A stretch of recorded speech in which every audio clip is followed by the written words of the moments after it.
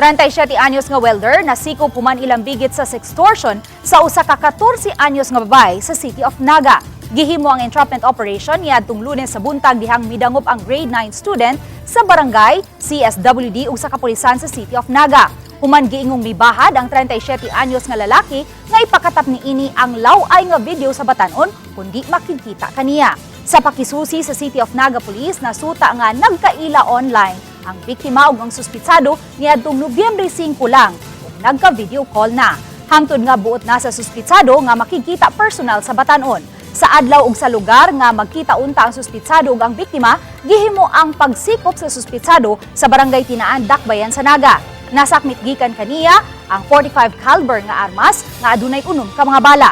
Kasong sextortion ubos sa Republic Act 7610 nga mas nailhang Child Abuse Act ug paghupot og dili lisensyadong armas ang duha sa patong-patong nga kaso nga pasaka batok sa dinakpan.